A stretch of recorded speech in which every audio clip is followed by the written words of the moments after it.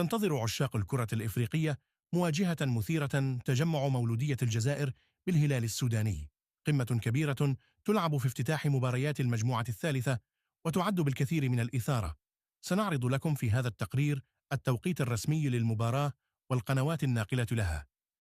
قبل أن نبدأ بعرض هذا الفيديو لا تنسوا الإعجاب والاشتراك في القناة وتفعيل الجرس ليصلكم كل جديدنا. يستقبل فريق الهلال السوداني ضيفه مولودية الجزائر على أرضية ملعب أماهورو بالعاصمة الرواندية كيغالي في إطار الجولة الأولى من دور المجموعات لمسابقة دوري أبطال أفريقيا لموسم 2025-2026.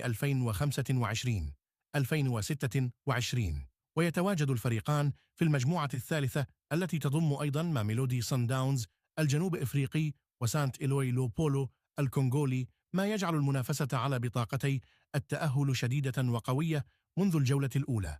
ويسعى الهلال بقيادة مدربه الروماني لورينتيو ريجيكامب لافتتاح المشوار بفوز مهم معتمدا على نجومه البارزين، وعلى رأسهم محمد عبد الرحمن الغربال والمهاجم سنداي أديتونجي والجناح جان كلود جيرموغيشا، إضافة إلى ثنائي الوسط ولاء الدين خضر بوجبا وعبد الرؤوف يعقوب. في المقابل يدخل مولودية الجزائر المباراة بطموح العودة بنتيجة إيجابية خارج الديار، مستندا على خبرة مدربه الجنوب إفريقي رولاني موكوينا، وعلى جودة لاعبيه مثل الطيب مزياني، سفيان بايزيد، زكريا نعيجي، وثنائي الوسط محمد بن خماسة والبوركيني محمد زوغرانا.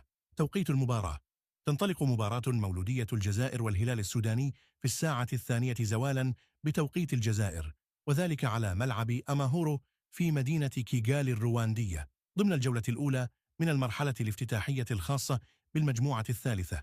القنوات الناقلة تبث المواجهة حصريا عبر قناة بي إن سبورت اتش دي، الناقل الرسمي لبطولة دوري أبطال أفريقيا، مع تغطية استوديو تحليلي قبل وبعد المباراة. في الختام، ما هي توقعاتكم لنتيجة مباراة مولودية الجزائر والهلال السوداني؟ شاركونا آرائكم في التعليقات.